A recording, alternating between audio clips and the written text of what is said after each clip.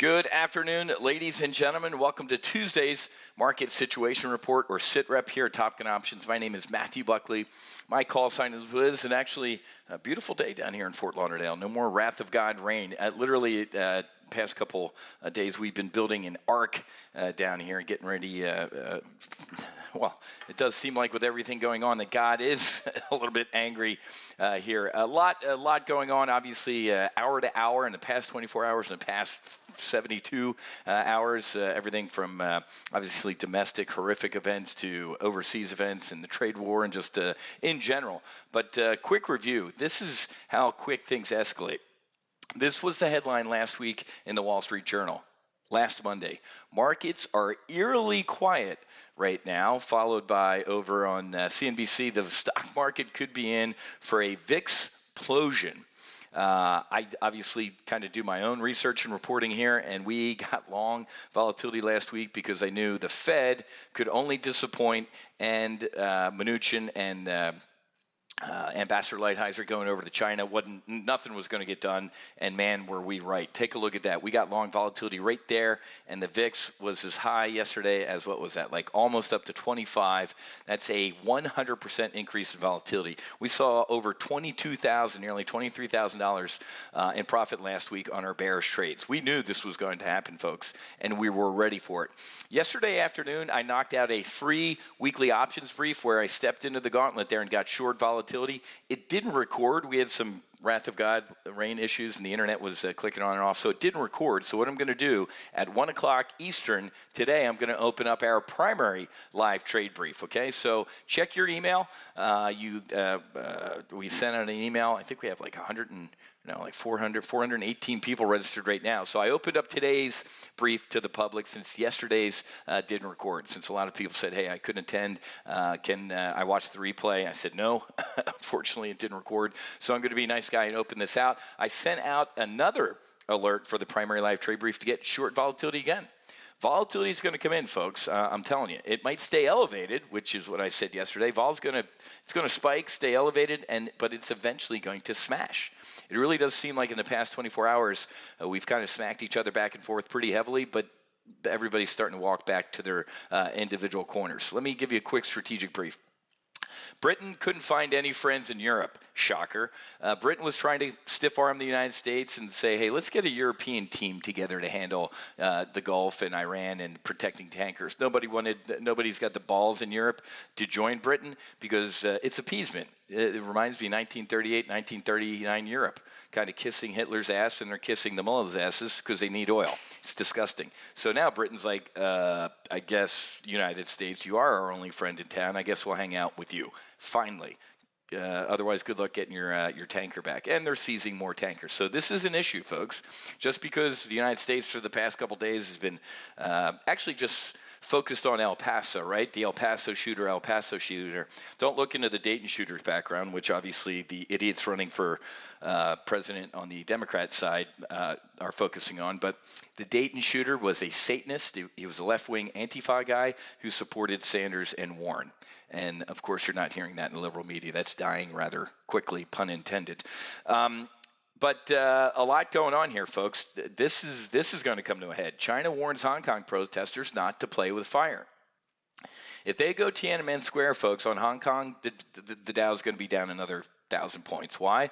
Because that means if China can just steamroll into what used to be British and democratic place, and we love freedom, and clamp down on it, they're going to invade Taiwan. You heard it here first. You'll hear it here often. If they really, really, really go full old school on the Hong Kong protesters and nobody does anything, which we can't, they're going to steamroll into Taiwan, which is a big deal for us because we have a defensive Taiwan agreement, which is going to get ugly. So now let's go. Here, yesterday, after the close, Secretary Mnuchin labeled, it took him long enough, labeled China a currency manipulator. If you recall, during the election, Donald J. Trump campaigned on doing what?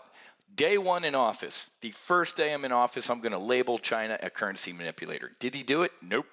Here we are a year and a half, 2 years into his presidency, and he finally gets around to doing it.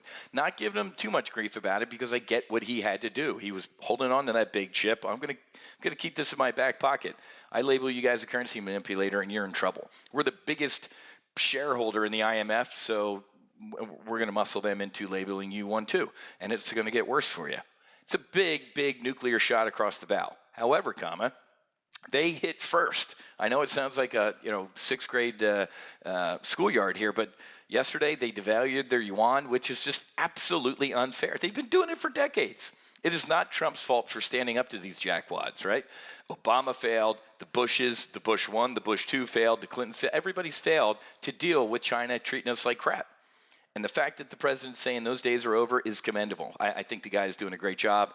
He actually had to use this, break glass in case of emergency because it is getting ugly. So Goldman, they're done. No trade deal before the election. Now expect 3 rate cuts. So the Fed funds futures rate, the president is crazy like a fox here, folks. The president heard Jerome Powell's just awful press conference last week. Awful press conference. The guy sat there and kind of scratched his head saying, I really can't explain why we cut interest rates, but we're cutting them. But I guess my main concern or reason I cut rates is because I'm really scared about this trade war, and maybe if things get ugly, we'll have to cut again. Trump heard that and said, wait, what? Within 24 hours, literally shorter than 24 hours, the president blasted away with the new tariffs. So now the Fed funds futures rate is what? There's a 74% probability that the Fed, you ready for this, cuts half a point in September. What's going to happen once the market gets past this, all this bloodiness? We are going to see a rip-your-face-off snapback rally that looks exactly like the last time we did this. The last time the market imploded like this, folks, was here when Mnuchin and Lighthizer were in China and said, nothing's going on, Mr. President. All right, dude, hop on a plane. I'm going to hit him with more tariffs. Implosion. What happened down here? The Fed. I'm going to kiss your boo-boo and put a Band-Aid on it and tap you on the head and tell you to go outside and play. Rip your face off rally. That's exactly what's going to happen here, folks. This is a little bit more violent, but guess what? The Fed, the market is relying on central bankers literally around the world. I mean, hell, Brazil last week. Brazil's larger than expected rate cut is a sign of more to come. So the market will wake up. I don't know if it's today, tomorrow, or this week, that the central bank is here. There's a 74% for a half a point in September. There's a 70% for a 25-point cut in December. So 3/4 of a point in easing is what the market's pricing in with the Fed. That is bullish. I don't agree with it. I think it's bullshit, but get used to this, folks. Though more stock market volatility is expected as U.S.-China dig in heels over trade. This is today's headline, folks. This is last week's. I told my members last week, I said, whenever the Wall Street Journal in my 27 years of doing this has one of these type of headlines like, hey, here comes the retail trader, the water's warm, or markets, everybody's starting to short volatility because nothing bad can happen. That's when I do the exact opposite. So that's last week's headline, and here's this week's. More vol expected. So, and it's funny because I tried to place a short volatility trade. I already sent this out to my members, the 30.5 out to next Friday, because I believe by next Friday volatility comes in, period. But next Friday is a world away. Guess what happened? I couldn't place as many contracts. Picking up the phone and calling them, well, we're limiting short volatility trades because of our algorithms and this. And I'm like, no. Just because some idiots of yours got wiped out last week being short vol, you don't short vol when it's down here, folks. That's stupid. When vol's cheap, you buy it. When it's expensive, you sell it. So if you were short vol last week and you can still afford your internet or your computer and they haven't repossessed it and you're watching this, you're an idiot and you deserved it. You absolutely deserve it. The last time I saw these type of, hey, I'm short vol at a cocktail party. I'm the smartest guy in the world. I'm picking up dimes, flying around in my Superman cape in front of a steamroller. Your cape's going to get caught. The last time we had a Volmageddon, that happened. Same thing here. Shorting volatility is great, folks, until when? It's not, and you get wiped out. Do not short volatility. Now, Wiz, you sound like a hypocrite. You're shorting volatility. When vol is cheap, you buy it. When it's expensive, you sell it.